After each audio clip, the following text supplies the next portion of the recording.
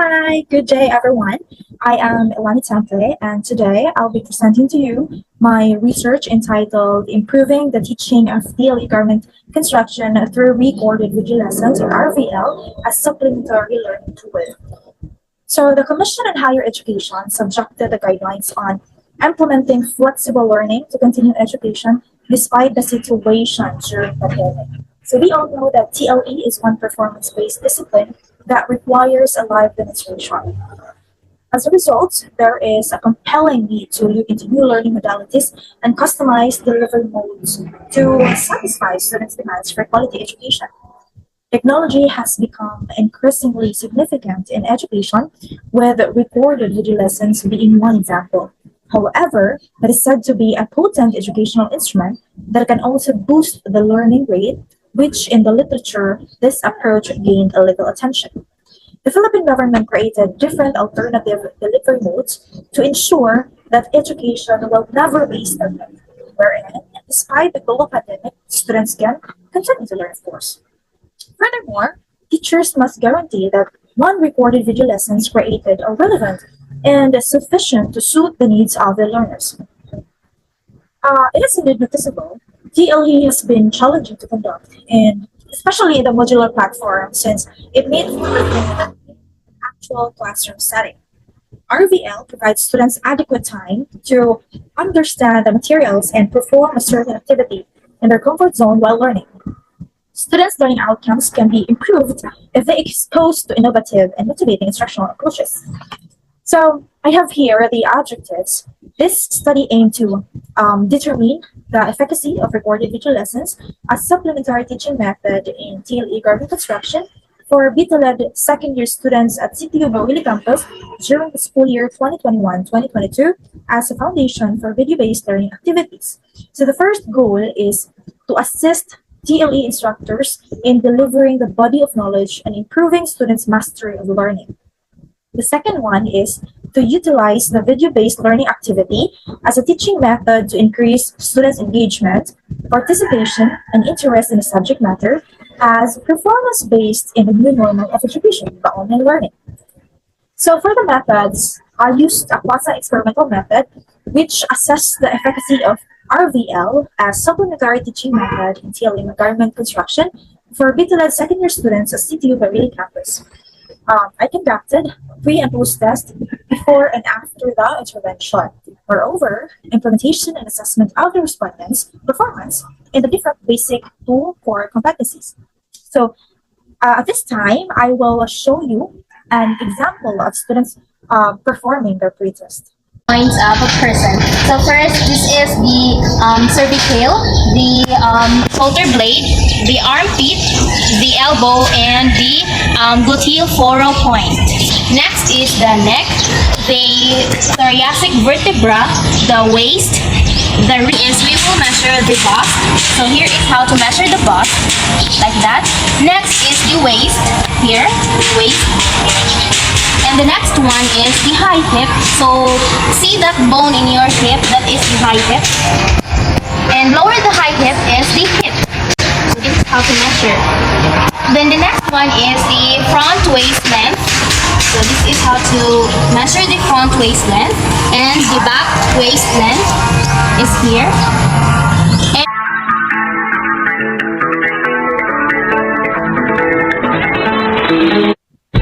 we're bored in the night train, we're bored of sunlight.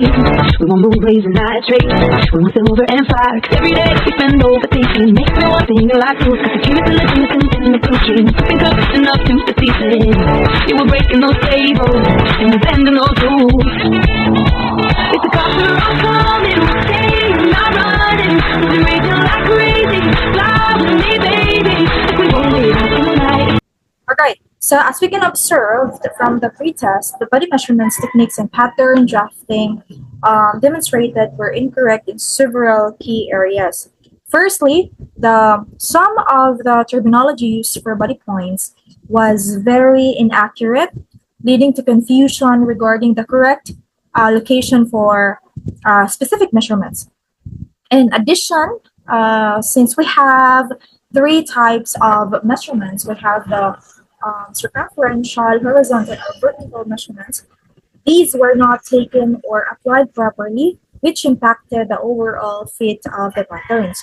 And also the improper use of ergonomic tools, of course, further compounded the issue, as these tools are essential for accurate pattern drafting and measurement. And also, as a result, the patterns were created lack proper proportion and fit.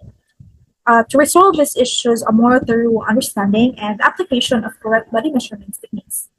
Okay, so this time I will show you my own RVL, or the intervention of the study. So this one, basic to core competency. Hi everyone, my name is Alani. Okay, now I will introduce to you or locate those body points. So body points will serve as the guides in taking the body measurements. So the first one is the shoulder tip point. So the shoulder tip point is located at the tip of your shoulder, the bone at the tip of your shoulder. Okay, so the next one is the side neck point. So when you say the side neck point, it is located at the side of your neck. The third one is the center neck point, which is located at the center of your collarbones. Okay, this one.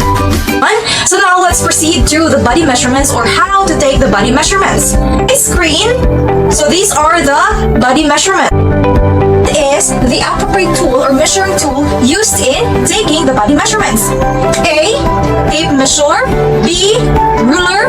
C, meter stick. Or D, a yardstick. Okay, so the answer is tape measure. Okay, so we have here the standard tape measure showing parts of an inch breakdown by eighths. So let's identify the parts. So 1/8, 1/4, 3/8, 1/2, 5/8, 3/4, and 7. Okay, so I have here a model. So watch carefully as I will demonstrate to you on how to take the body measurements. Your left shoulder tip point to your right shoulder tip point, passing through your nape point. Body's length, which is taken from your side neck point down to your waistline, passing through your blade point.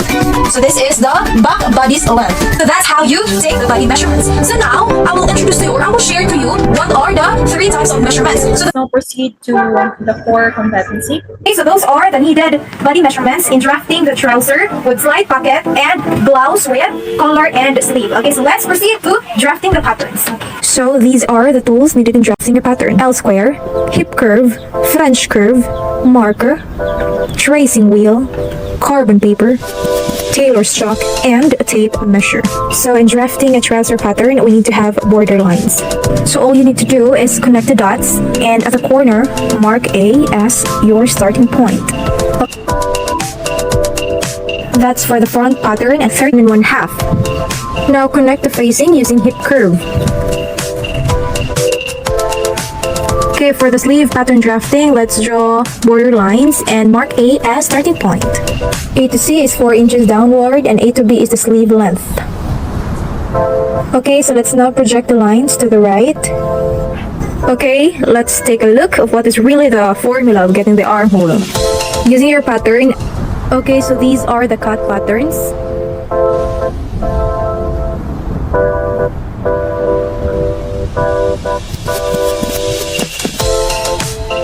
Alright, so those were my interventions from the basic to core competencies of garment construction.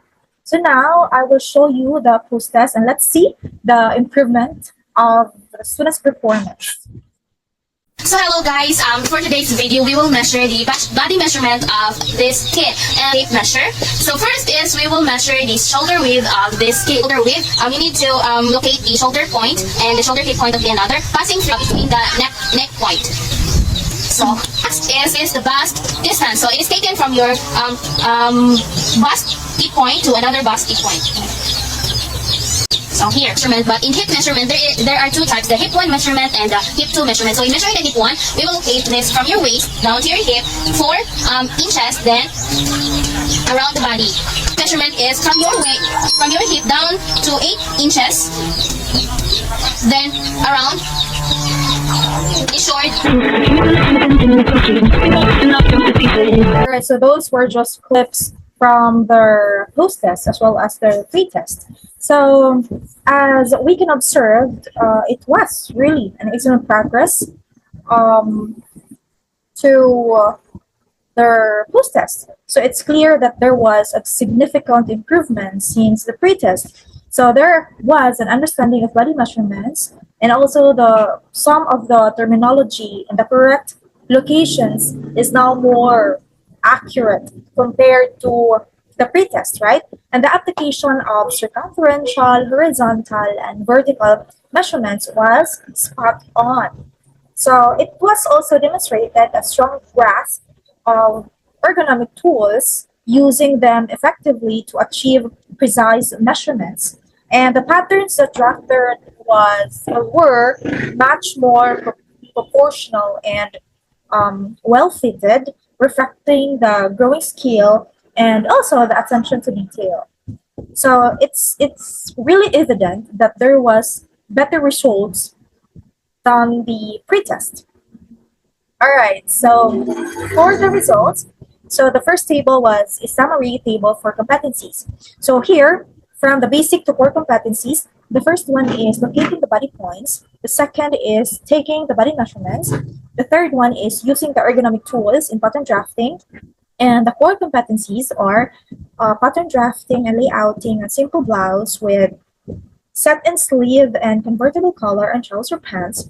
And the last one is sewing construction of A-line skirt. So in this part of the study presents the summary level of performance of the second year BTLED students before and after using the RVL or the video-based learning activity. So it includes their performance in the different 5 competencies. So the next table is the summary of the respondents' learning experiences in terms of the different parameters and utilizing the RVL. So the first parameter is effectiveness, the second one is appeal, the third one is efficiency, the fourth one is overall satisfaction. So these parameters emphasizes the quality and quantity of learner participation, commitment, and also motivation to meet the established milestones and acquire relevant knowledge. So we all know, so as we can observe, the RVL are really practical and worth thinking about when designing methods for students' learning experiences. So the videos and audio recordings were particularly useful. It is very useful, especially in blended learning environments with varying circumstances. So most studies have focused on 2 aspects. The first one is how students perform after video content and how students prefer to use video materials. All right, so for discussion, so the findings concluded that students' learning experiences using video-based learning activities were construed a change of behavior, of course. So it showed that in a performance-based subject, especially TLE, garment construction, the intervention of RVL helped the students understand the concept of the lessons in detail. So comprehend in more depth concept of the lessons. However, in this new era of education, the online learning and RVL have aided teachers in imparting in-depth knowledge to students while also assisting them in improving their mastery of learning. So it is indeed helpful. This becomes a picture of shared responsibility because there should be a maintained teacher and students relationship. And in conclusion, the findings and conclusion of the study recommended that TLE garment construction teachers use recorded video lessons or RVL as video-based learning activities for their students. So as a result, students' retention and performance skills would improve as they can watch the recorded video lessons over time at their own pace, right? Even at home. In addition, a performance-based curriculum can also help students develop their mastery skills in learning.